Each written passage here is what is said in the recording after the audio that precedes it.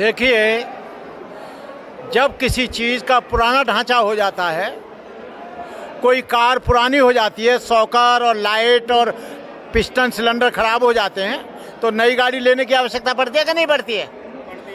इसी तरह से आरपीआई पूरी तरह से फेल हो गई थी। आरपीआई कई धड़ों में बट गई थी। इसलिए काशीराम जी ने सोचा, काशीराम जी ने कई बार प्रयास किया कि आरपीआई वालों में कुछ परिवर्तन आए।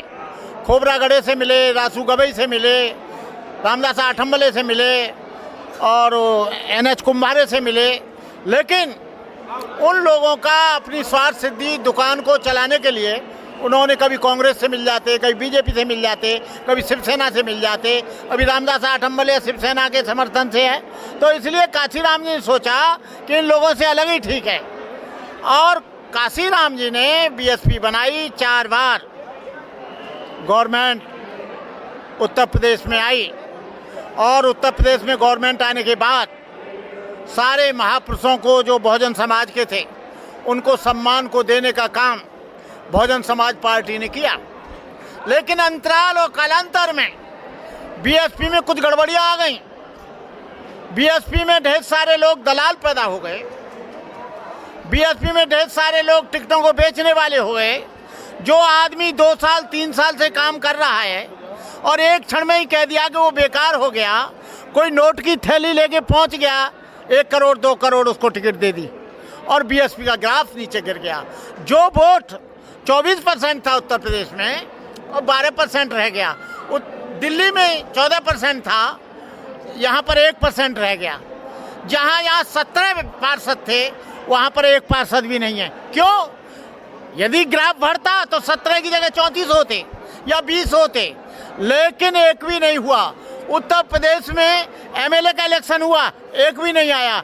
एक आया तो वो अपने बल पर आया, उसका क्षेत्रीय प्रभाव है। बाद बाकी मैं नहीं मानता वहाँ कोई एमएलए है। फिर बीएसपी का गठबंधन सपा से हुआ तो 0 पे से 10 पे पहुँच गई, बहुत अच्छी बात है। लेकिन सबसे ज़्यादा सत्यानाश बीएसपी का किया है। बहन जी को मालूम नहीं कि क्या हो रहा है जमीनी स्तर पर, लेकिन इन कोऑर्डिनेटरों ने, बेईमानों ने और इन जिला अध्यक्षों ने पूरा बीएसपी को बेच दिया और बीएसपी को वहाँ लोग जाने लगे। ये मुर्गाबाज हो गए, जहाँ मुर्गा मिलेगा वहाँ जाएंगे। ये एसी और कोठियों में रहने वाले हो गए। गरीब आदमी से इनका कोई सरोकार नहीं रहा। जो लोग झोंपड़ी में रहता था, जो इनका वोटर था महल वाला, केवल एमएलए एमपी होता है, लेकिन जो वोटर होता है वो उसको एमपी बनाता है।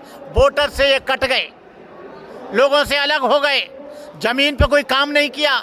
बलात्कार हुआ वहाँ ये गए नहीं, जहाँ पिटाई हुई वहाँ ये गए नहीं, जहाँ लोगों का उत्पीड़न हुआ वहाँ गए नहीं, बारात नहीं छड़ने दी वहाँ ये गए नहीं, जहाँ मूंछ काट के हत्या कर दी वहाँ ये गए नहीं, घड़ा छूने पे हत्या कर दी वहाँ गए नहीं।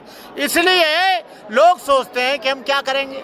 लेकिन अभी 2024 में हमको एक सूत्री कार्यक्रम बनाना है कि बीजेपी को उखाड़ फेंकना है। बीजेपी सबसे बड़ी शत्रु संविधान की है। बीजेपी सबसे बड़ी शत्रु SC ST और पिछड़ा वर्ग की है। बीजेपी सबसे बड़ी शत्रु हमारी नौकरियों को खत्म करने वाली है। ये बीएसपी इस देश को हिंदू राष्ट्र बनाने वाली है। हिंदू राष्ट्र बनाकर हमारे लोगों का शिक्षा का, हथियार रखने का, धन रखने का अधिकार खत्म करने वाली है। इसलिए मैं चाहूँगा कि बीजेपी को उखाड़ फेंकना चाहिए और बीएसपी को सपोर्ट करना चाहिए। और बीएसपी यदि यहाँ हारती है वहाँ समाजवादी पार्टी को सपोर्ट करना चाहिए। समाजवादी पार्टी जहाँ हारती है वहाँ आजाद समाज पार्टी को हारना चाहिए। और ये तीनों हारती हैं तो किसी और को जो विरोधी है बीजेपी का उसको सपोर्ट करना चाहिए। हमारा वोट बेकार नहीं होना चाहिए। यदि हम बीएसपी वाले को या आजाद समाज पार्टी वाले को या समाजवादी पार्टी को वोट दे रहे हैं और वो बीजेपी को हराने में असमर्थ है तो वहाँ नहीं देना चाहिए।